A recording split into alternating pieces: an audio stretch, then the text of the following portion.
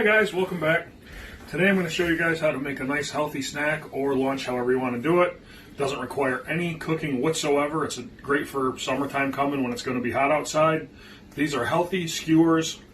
To make them, I've put together some of my favorite things. I've got red seedless grapes. You can use the green grapes if you want, but it is important to use seedless.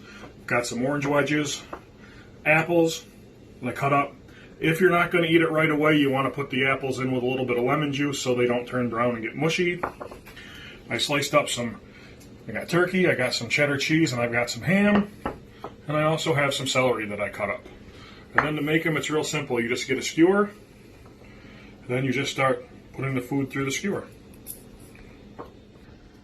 Okay, so once it's finally assembled, it's going to look something like this. Obviously, you can make it a lot longer if you wanted to, but there you have it.